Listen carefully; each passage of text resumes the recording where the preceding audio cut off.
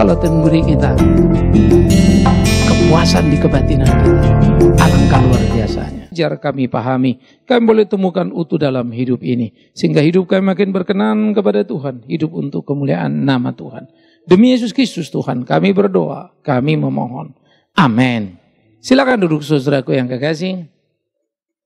Kesukaan di kedukaan akan menjadi pokok pikiran kita pada kesempatan kedua dari trilogi kenaikan Joyful.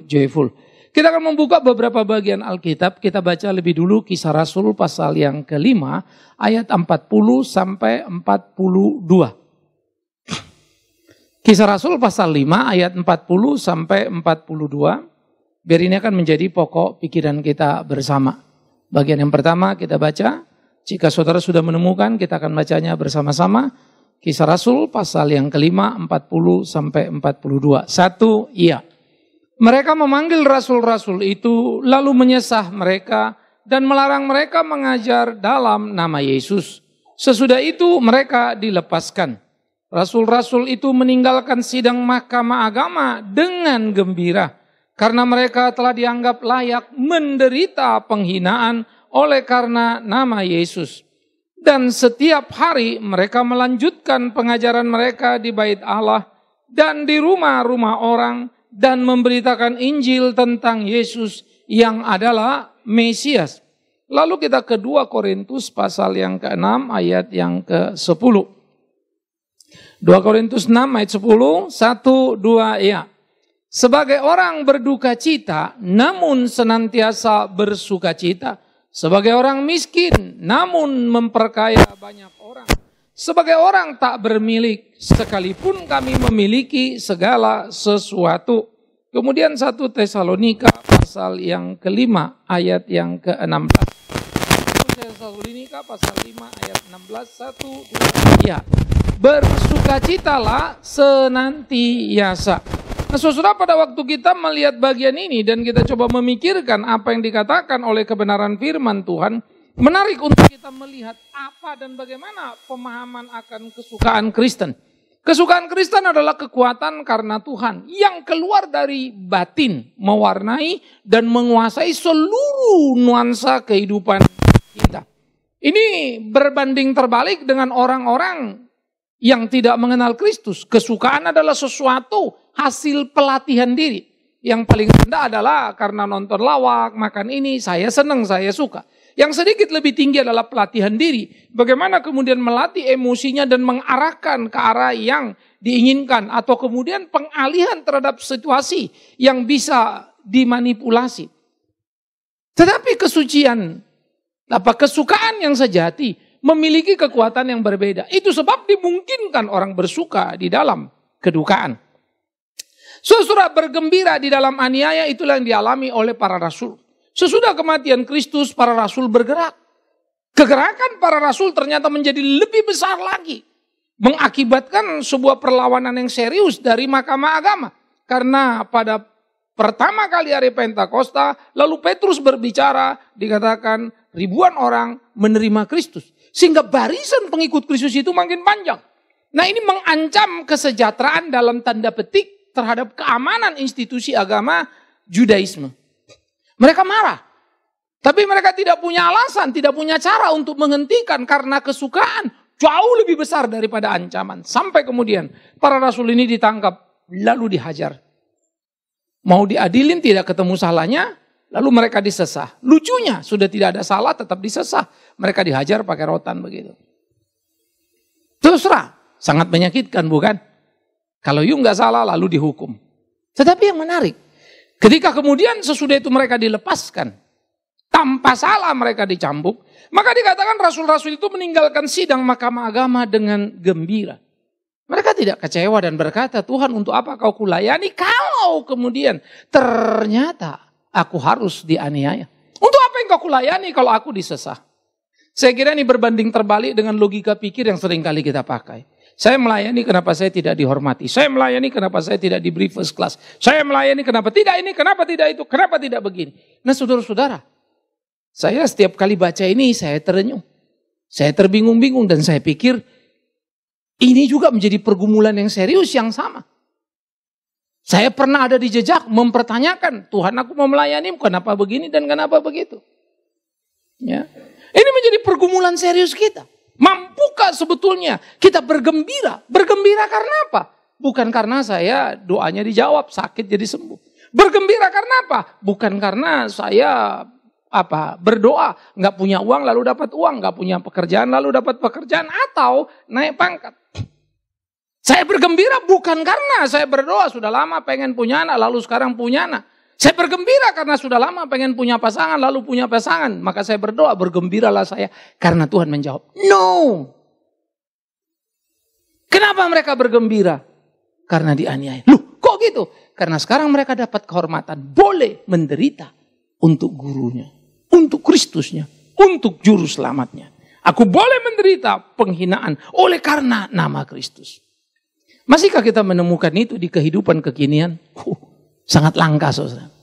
Gereja paling ramai, baik di Singapura maupun di Amerika, yang lagi trennya sangat tinggi adalah only grace. Istilah only grace, cerita itu hidup hanya anugerah Tuhan, gak pernah bicara murka Tuhan. Wah, kita sudah ikut Tuhan, tidak ada ini, dosa pun kau tidak perlu takut, karena akan diampuni. Wah, semua orang-orang Kristen punya privilege yang begitu tinggi untuk mendapat pengampunan atas dosanya. Sekalipun hidupnya berulang-ulang di lubang yang sama. Sehingga semua orang gereja merasa mendapat pembenaran dan mereka betah. Padahal Allah murka dan Allah belum tentu suka pada kita beribadah. Yesus sendiri mengatakan percuma bangsa ini beribadah dengan mulut bibirnya. Betul lah yang dikatakan Yesaya itu. Padahal hati mereka mencong, jauh dan tidak mengarah padaku. Ajaran standar nilai mereka adalah ajaran dan standar nilai manusiawi. Udah ibadah loh, doa puasa loh. Dikritik sama Tuhan. Aku benci puasamu. Aku tidak butuh perpuluhanmu. Itu kalimat begitu keras sekali di dalam kitab Yesaya itu. Dan itu beberapa kali dikutip, diulang lagi oleh Kristus Yesus. Mengingatkan betapa seriusnya posisi kita ketika mau melayani dia. Itu bukan perkara sederhana, saudara. Ini menjadi pergumulan tersendiri dalam kehidupan kita. Oleh karena itu, para rasul adalah orang-orang yang mengerti sepenuhnya arti salib Kristus.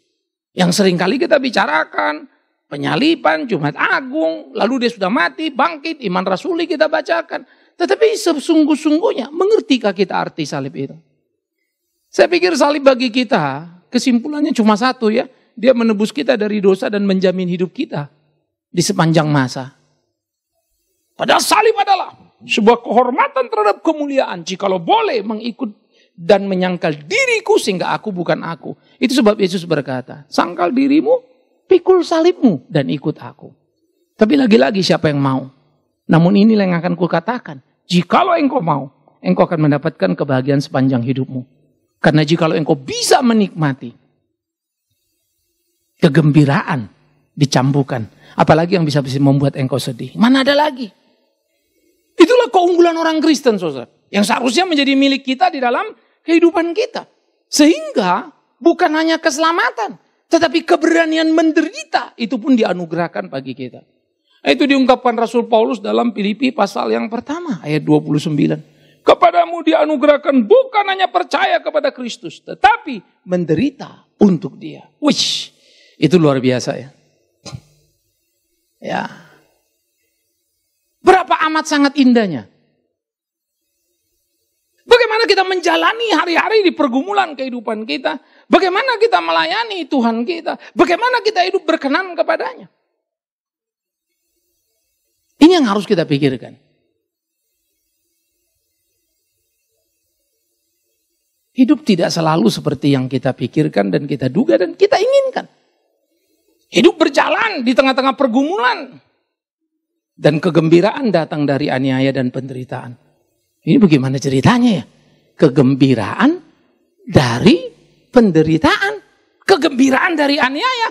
Kesukaan di kedukaan. Itulah kekristenan. Ya, kemarin saya baru pergi, lalu malamnya saya ditelepon oleh kawan saya, stafnya telepon, Pak, Bapak ngajak Bapak mau ke Balige. Oh gila lu, malam gini mau ke Balige bagaimana ceritanya? Kapan? Berangkat pagi Pak, jam 7, pulang hari. Oh iya Pak, naik private. Ya sudah, Pergilah kita saudara, saya pikir Sabtu saya kosong, sehingga saya ada janji sama Pak Jensa juga saya cancel dulu karena mau kunjungan pelayanan, mau lihat sekolah gitu. Kami pergi saudara. Pergi 2 jam udah sampai di Balige. Ya. Padahal kalau saya tentu dari sini ke Kuala Namu dulu gitu ya. 2 jam turun, jalan lagi, bisa 6 jam, 7 jam tuh baru sampai. 6 jam paling tidak baru sampai Baligenya, kurang lebih begitu. 5-6 jam. Ini 2 jam turun. Ya. Saya cuma merasakan ada hal yang enak bener ya kalau kita punya private jet. Turun di airport udah posisi kayak raja aja kita datang semua. Nyalamin kita semua begitu ya. Tetapi yang membahagiakan bagi saya sebetulnya itu kesenangan-kesenangan ya ada di situ. Ya. Lalu kawan saya bawa dan kita pergi dengan rombongan mereka, tim mereka mau kerjasama begitu. Dengan Institut Del yang didirikan oleh Pak Luhut Panjaitan yang ada di Lagu Buti namanya ya.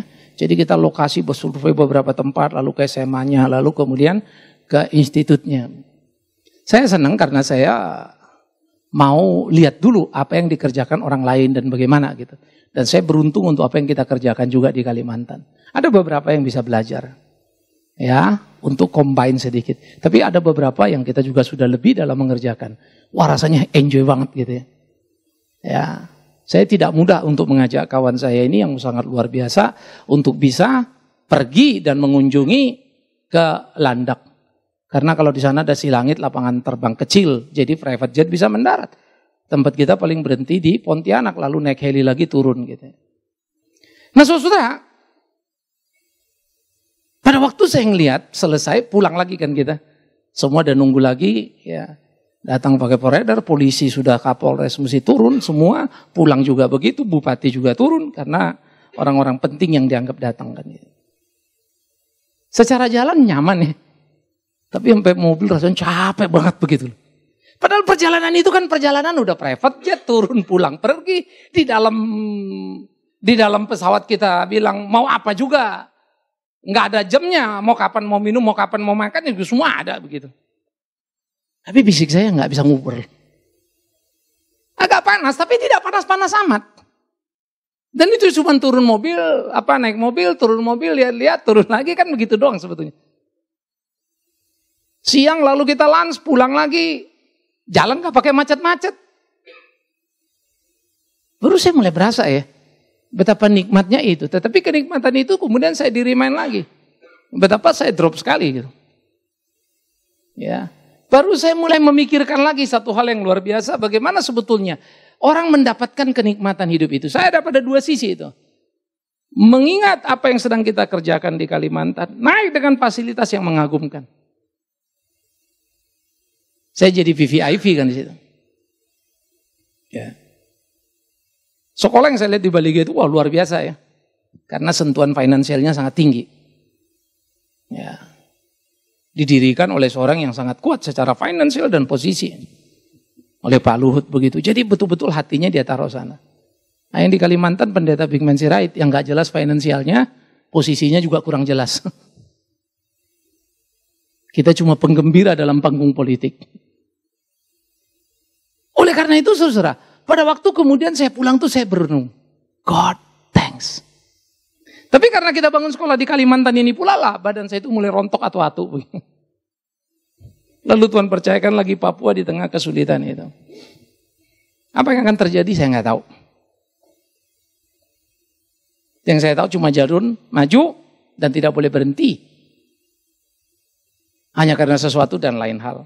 Saya beruntung saya pergi banyak hal yang saya pikirkan. Yang saya bayangkan apa yang mau ditaruh di Kalimantan. Apa yang mau ditaruh di Papua nanti. Apa yang gini, apa yang bisa dipelajari. Apa yang bisa dipindah ke sana. Perpustakaan mereka punya, kita juga punya. Cuma beda kerennya. Lab komputer mereka punya, kita juga punya. Lagi-lagi beda kerennya.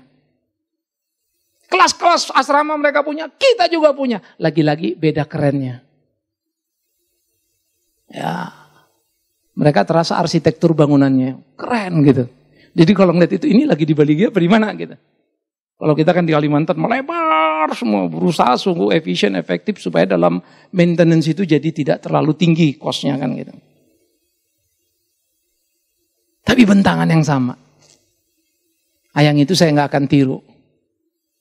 Karena terlalu berat itu kosnya. Karena memang sekolah kita di Kalimantan maupun di Papua nanti, kita akan konsep menjadi sekolah hutan. Jadi kita hutankan sekarang semuanya.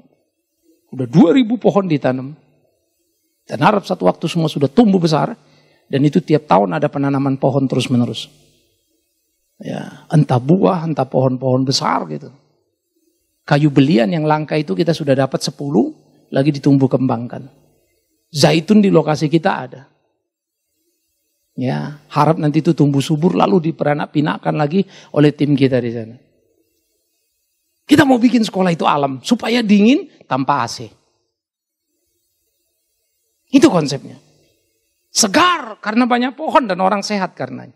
Di lingkungan kita ditanam semua pohon, sirih merah apa, yang ini obat. Jadi apotik alam. Saya selalu bawa dari Jakarta, belajar lagi pohon apa yang bisa jadi obat dan seterusnya. Kemarin dari Papua ada satu daun yang disebut daun dari Afrika Utara katanya ya. Makan daun itu tiap hari itu bagus sekali untuk kolesterol khususnya asam urat dan orang diabetes. Ya, tapi baru sharing, belum ada riset resmi untuk hal itu. Nanamnya gampang, sekarang saya lagi tanam di rumah udah tumbuh ya. Kalau keburu Juni ini saya udah bisa lagi bawa Kalimantan untuk ditanam lagi di sana. Gampang sekali nanamnya, cukup stek tanam. Ya. Saya lagi mau komparasi sama kayak apa namanya yang disebut pohon insulin. Nah, itu juga orang diabetes bagus. Daunnya saja juga digodok lalu dimasak begitu ya, lalu diminum. Jadi ada satu kepuasan yang berbeda. Pengen begitu? Pengen banget. Kadang-kadang saya mulai bayangkan ya. Syak, saya terbang. Terus naik heli aja langsung nyambung lagi yang sekarang jelajah jarak jauh kan. Langsung turun di lapangan basketnya Makedonia. Kan keren amat ya. Tapi gak selalu kamu dapat itu. Kita turun di Pontianak masih perlu 3,5 jam sampai ke lokasi. Puji Tuhan sekarang ya. Ada jalan terobosan katanya. Jadi bisa 1 jam, 1,5 jam ada sampai di lokasi. Nah, jalannya gak tahu udah selesai apa enggak Juni ini. Kalau udah selesai kita coba sih itu. Jadi tidak selalu perlu pesawat untuk jarak tempuh. Yang perlu itu kuasa Tuhan, bikin pemerintah, bikin jalan tembus. Nah, itu udah dapat dia tuh. Nah, kurang lebih begitu ya. Jadi kita udah nikmatin susahnya, nanti nikmatin enaknya. Oh, kalau dapat 1 jam enak bener. Kalau Papua kita turun Sentani sejam, udah nyampe ke lokasi kita. Saudara-saudara, apa yang kau sebut kegembiraan? Ingat ya, saya coba terus menangkap setiap jelajah dan apa yang Tuhan taruh dalam hidup saya. Betapa nikmatnya ketika kita turun, ketika di airport nggak pakai ditanya-tanya, Pak rombongan ini ya silakan Pak, langsung diantar lagi ke lounge, dari situ naik lagi, terus sampai turun lagi disambut lagi dan segala macam, nikmat. Tapi waktu capek itu rasanya saya capek sendirian. Yang lain nggak kelihatan mukanya capek, cuma saya yang rasanya aduh gitu ya. Sehingga yang lain kadang masuk, saya dari sini aja ngeliatin dari jarak jauh. Ya. Tapi di situ saya mulai melihat dan merasakan betul. Apa itu kegembiraan? Bukan ini ya. Kalau Tuhan beri kita kepuasan di kebatinan kita, alangkah luar biasanya. Ya. Saudara, akhirnya makin hari saya makin menikmati. Kebahagiaan hidup bukan karena teman saya banyak konglo kelas kakap di Jakarta ini. Tapi kebahagiaan hidup adalah bagaimana kita bisa dipakai Tuhan dan diperkenannya. Yuk tumbuhkan. Saya berbahagia ada di antara saudara-saudara. Mari kita melayani dan membumi di pelayanan itu. Seperti para rasul itu. Maka kegembiraan bagi mereka bukan karena mendapatkan sesuatu. No, kegembiraan bagi mereka adalah ketika bisa mengalami aniaya. Saya memahami sepenuhnya, tapi belum bisa menikmati seutuhnya. Saya ngerti maksudnya ini. Saya betul-betul paham betul. Saya pernah melewati beberapa bagian. Tapi saya belum bisa menikmati seutuhnya. Karena kalau boleh memilih, saya masih kadang-kadang pilih jangan sampai begitulah. Kalau saya suruh milih, saya milih sehat, jangan sakit lah. Alasannya bagus kok, jadi banyak yang bisa saya kerjakan. Keren kan? Tetapi kita juga harus sadar Tuhan menjaga kita. Karena itu di tengah pergumulanmu, persoalanmu, hidupmu sebagai orang percaya, jangan cengeng saudara. Jangan pernah cengeng. Jalani. Aduh Bapak nggak ngerti sih persoalan saya ini. Berat sekali, suami saya begini, istri saya begini, anak saya begini, rumah tangga begini, finansial begini. Demi Tuhan yang hidup. Mungkin betul aku tidak tahu persoalanmu. Tapi apa kau pikir Tuhan tidak tahu persoalanmu? Apa kau pikir dia begitu jahatnya membebani engkau dengan beban yang tidak bisa kau pikul? Omong kosong itu. Dia bukan hanya mengasihi para rasul. Dia mengasihi Bikman Sirait. Dia bukan hanya mengasihi Bikman Sirait. Dia mengasihi tiap anak-anak yang diperkenannya. Nikmatilah itu. Karena itu mari kita jalankan seluruh pelayanan dengan kesukaan. Kenapa? Karena bukan apresiasi yang kita terima. Bukan upah yang diberikan pada kita. Tapi karena Tuhan memakai kita. Bersyukur boleh menderita untuk Yesus, dicambuk gila juga ya. Bukankah seharusnya kita bilang, aku bersyukur pada Tuhan. Ya boleh melayani Tuhan. Itu kan mestinya juga kegembiraan kita kan ya. Dan dalam pelayanan itu tidak selalu mulus, aku berterima kasih. Karena itu Paulus dengan kebanggaannya kepada orang-orang di Korintus mengatakan kalimat tadi. Kami adalah orang-orang yang berduka cita, tetapi kami bersuka cita. Sehingga pemahaman keimanan kita, bagaimana harus utuh di dalam pengabdian kita. Di dalam melayani dia. Sehingga itu betul-betul makin dekat. Mengapa Paulus berkata, dalam duka cita kami berduka cita? Di duka cita Paulus hanyalah karena dosa. Yang menimbulkan perlawanan. Yang membangkitkan orang-orang yang mabuk dengan kekuasaan. Lalu semaunya menghantam para rasul. Cambuk, sesah, hajar, masukkan penjara.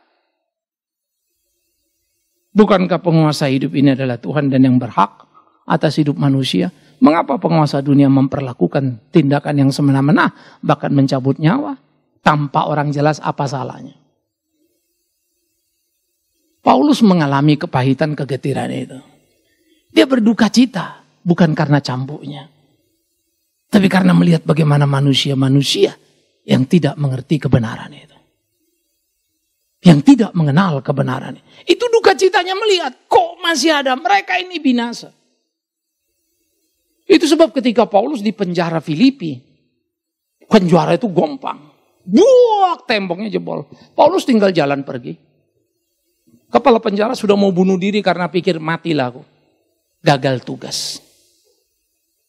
Karena dia pikir ini napi bisa menjebol penjaranya itu.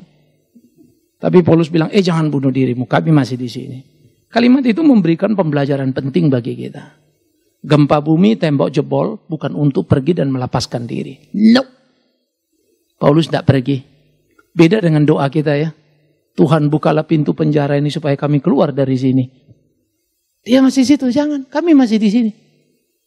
Lalu bagaimana aku supaya selamat? Percayalah kepada Kristus. Maka engkau dan seisi rumahmu akan selamat. Lalu diberitakanlah Injil ke semua isi rumah itu. Menarik saudara. Dia tidak lari ketika pintu terbuka. Dia masih di situ. Karena itu kesempatan memberitakan Injil Kristus itu. Maka kedukaan bagi Paulus bukan masuk penjaranya. Dan kesukaan bagi Paulus bukan keluar penjaranya. Enggak. Kesukaan bagi seorang Paulus adalah kepala penjara menerima Kristus. Waduh. Keren ya. Kesukaan Paulus itu bukan karena temboknya jebol dari lo. Haleluya, kuasa Allah maha luar biasa. Tembok jebol. Enggak. Kesukaan Paulus kepala penjara mendengar Injil dan percaya. Yuk kita jadikan itu kesukaan kita. Saya harus dengan jujur mengatakan saya selalu berbahagia. Dan menjadi ekstra bahagia itu kalau saya ada di Kalimantan lalu ngelihat anak-anak itu ngobrol. Tapi saya juga berduka karena anak-anak itu. Loh maksud Bapak gimana? Saya berduka bagi mereka yang tidak tertib, yang tidak bisa menemukan panggilan hidupnya, yang sangat egois memikirkan dirinya. Tapi saya bersuka bagi anak-anak yang bersemangat lalu mulai melihat sesuatu dan bilang, saya sekarang ngerti Pak, oke kita mau ikut. Aduh rasanya itu, God thanks. Saya nggak terlalu pusing dengan urusan bangunan kita, lingkungan kita yang makin hari makin baik. Itu tidak membuat saya menjadi ekstra bahagia. Tahun demi tahun kita meresmikan gedung ini, meresmikan gedung itu. Bukan di situnya. Tapi kalau melihat apa yang mereka lakukan. Makin hari saya makin ngerti kebahagiaan para rasul itu. Tapi yang seperti saya bilang tadi, saya belum bisa menikmati seutuhnya. Yuk belajar yuk. Karena itu kalau Tuhan melatih kita menikmati sukacita dalam derita, jangan marah kalau ada persoalan-persoalan yang sakit dalam kehidupan. Duka cita ada di sekitar diri, dianiaya, dipukul, tetapi tidak menguasai hati. Siapa bilang dipukul tidak sakit? Oh mungkin rasul-rasul itu Pak ya, waktu dipukul rotan sama para pegawai-pegawai imam itu Tuhan jaga lindungi sehingga nggak merasa sakit. Yang benar aja. Tuhan kami boleh kebakar api, tolonglah supaya tidak terbakar habis. Waduh, itu doa yang ngawur ya. Tuhan kami dipukul, berikan kekuatan supaya kami nggak rasa sakit. Ngaco. Ya. Jadi mesti gimana? Ingat, di sinimu ini sakit nih, tapi hatimu tidak terkuasai. Di sinimu ini menderita nih, cambuk, hajar, babak belur, pukul, tapi di dalam hati itu, thanks God, thanks. Nah, dalam hati thanks God itu menguatkan fisik yang babak belur ini. Kalau mindsetmu adalah penderitaan Kristus yang memenuhi hidupku, dan itu adalah kehormatan, maka engkau akan kuat. Betapa indahnya kehidupan kita, saudara.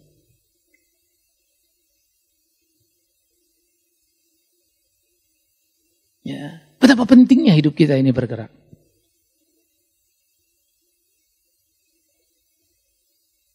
Ini yang harus kita gumuli. Ini yang harus kita jalani. Supaya hidup kita itu sungguh-sungguh. Oleh karena itulah sukacita kita yang lebih besar dari duka cita. Membuat sukacita itu muncul keluar. Tetapi bukan berarti duka cita tidak kita alami dalam pengertian kesakitan tadi. Paradoks. Kita berduka cita melihat orang berbuat dosa. Tapi kita bersuka cita ketika orang menerima Kristus. Kita mengalami kesakitan ketika dianiaya. Tetapi kebahagiaan dari dalam karena boleh menderita untuk dia. Menjadi lebih kuat. Dan membuat kita kuat menanggungnya. Rasa sakit itu. Ingat ya, Paulus mengalami kesakitan yang luar biasa di hari tuanya. Sampai dia bilang, Tuhan kalau boleh cabut duri ini. Terlalu sakit. Saya selalu membayangkan kalau Paulus seorang yang tergolong tahan banting hebat itu ya. Teguh begitu sampai teriak, Tuhan kalau boleh cabut. 3 kali minta. 3 kali Tuhan bilang, no Paulus, cukup kasih karuniaku bagimu. Baru Paulus bilang, Tuhan kalau memang itu maumu, maka mengertilah aku sekarang. Di kelemahanku nyata kekuatanmu. Wah, to be nothing.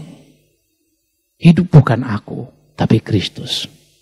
Ketika aku bukan lagi aku, disitulah kekuatanku. Waduh, saya itu merasakan hal yang luar biasa sekali pada diri seorang Paulus dan saya cemburu untuk hal itu. Dan berdoa kiranya Tuhan tolong. Maka benak ini harus dibekali dulu dengan pemahaman itu. Dan biar kiranya Tuhan mewujudkan itu. Bagi saya bergereja, bagi saya kegembiraan adalah kalau saudara-saudara boleh makin mengerti apa artinya melayani. Sehingga tidak terjebak hanya dalam ritual organisasi. Tapi betul-betul menemukan meaning itu.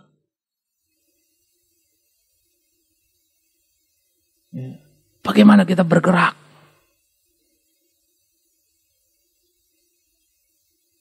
Hari ini kita ada ibadah di sini. Satu orang datang ke saya. Pak, janganlah. Saya bilang enggak, itu gedung kita sendiri. No cost.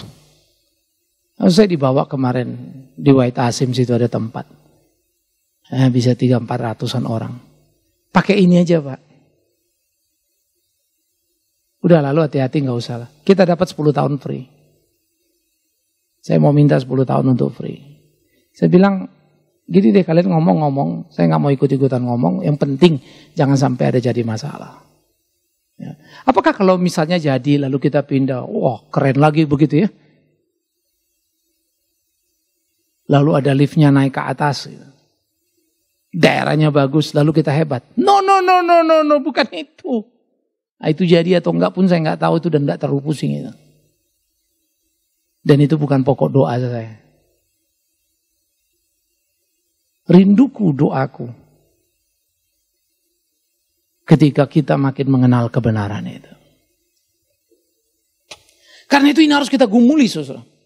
Oleh karena itu hidup orang percaya itu harus menerobos fenomena kehidupan masa kini yang memberikan kenikmatan duniawi. Yang membuat kita lupa artinya ikut Kristus itu.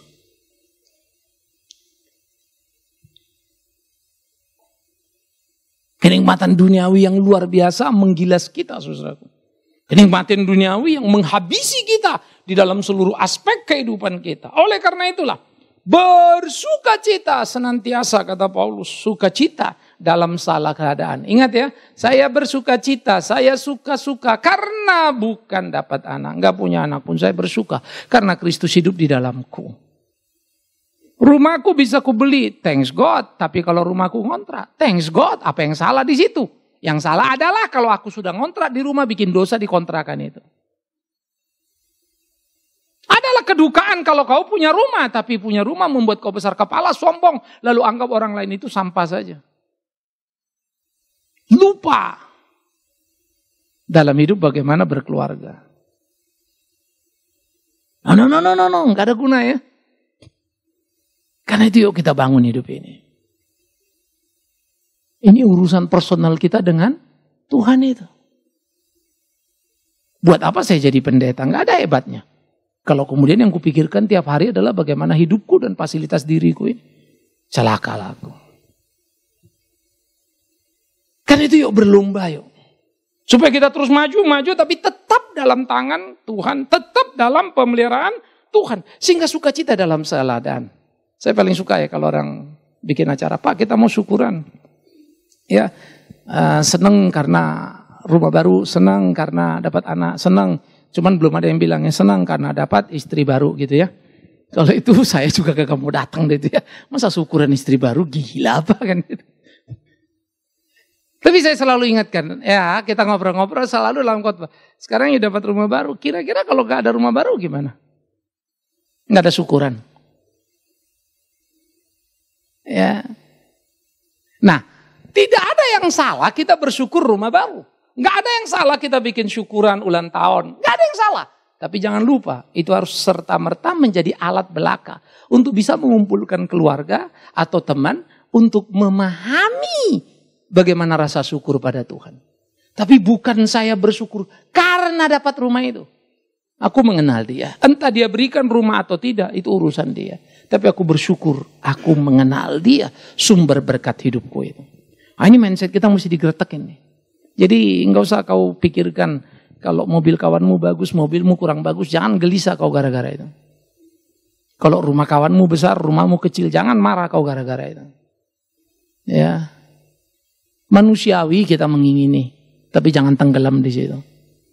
Omong kosong kalau saya sudah menikmati naik heli, naik private jet, lalu nggak pengen punya itu. Kadang-kadang saya berimajinasi. Ada orang kaya raya di Jakarta, anaknya jahat-jahat, akhirnya dipilihnya aku jadi anaknya. Diwariskannya semuanya. Oh, langsung ku bilang, ku bangun seluruh kota, gereja-gereja. Itu yang ku bayangkan. Tapi ya, aku pun ragu. Kalau betul itu terjadi, aku begitu enggak ya? Jangan Anda lupa Tuhan itu. Gitu ya. Karena kalau Tuhan mau, apalah susahnya dia ngasih. Jadi jangan berpikir kalau kita dapat itu berarti Tuhan lagi tolong kita. Bisa jadi setan yang nyodorin semuanya. Lalu gabrak-gabruk berubahlah hidupku. Bukan lagi Tuhan tapi hantu yang kusuka. Karena berlebihan fasilitasnya. Bisa kan? Bisa. Ya. Gak gampang loh mikir ini. Berkali-kali saya udah bilang saudara. Ya, kita bergereja ini dalam tanda petik terseok-seok. Dari segi facility. Untuk kelas saya. Karena lingkup saya yang cukup lebar tadi. Kalau saya tinggal mau ngomong sih dapat istilahnya. Tapi coba mau tunggu Tuhan mau apa. Aduh susahnya setengah mati. Sakit hati kadang-kadang. Baru saya pikir ya iya ikut Tuhan memang gak mudah ya. Tapi di sisi lain dia memberkati pelayanan kita seperti di Kalimantan. Begitu luar biasa jalannya. Ini Papua. Ya, 10 hektar ngadap laut. Daerah mahal. Gila tuh berapa puluh M itu sudah kalau mesti bayar. Orang hibah. Lalu harap kita segera datang. Tapi saya juga nggak tahu nanti ujungnya kayak apa. Tapi yang saya tahu satu hal. Tuhan mengajar kita, kalau dia mau, apa yang dia nggak bisa. Lalu kenapa kita nggak menunggu apa yang dia mau? Kenapa kita terburu-buru dengan apa yang kita mau? Jangan lagi lah. Sehingga dulu waktu kita belajar, Tuhan apakah ini maumu? Atau ini sekedar mauku? Supaya kesukaan jangan jadi hilang. Kalau mauku, kesukaannya adalah lapar, makan enak, kenyang. Itu mauku itu. Habis kenyang apa? Lapar lagi. Kalau maunya Tuhan, aku mau makan, ya ilah, cuma satu kerupuk. Waktu ku makan dengan gemetar, hatiku menangis. Tapi kemudian aku teringat, hidupku masih berjalan, napasku masih ada. Dan aku mulai merasakan sentuhan Tuhan. Maka aku akan berkata, Tuhan, kau tidak pernah terlambat menolongku. Kau tidak pernah salah, aku yang terlalu lemah mengerti engkau. Itu Yeremia. Sehingga Yeremia di pasal 3 itu saja berteriak dia kepada Tuhan. Tuhan, kau ambil teruna-terunaku, kau buat aku lupa apa itu bahagia. Kau paksa aku makan ibu beracun. Ngeri amat ya.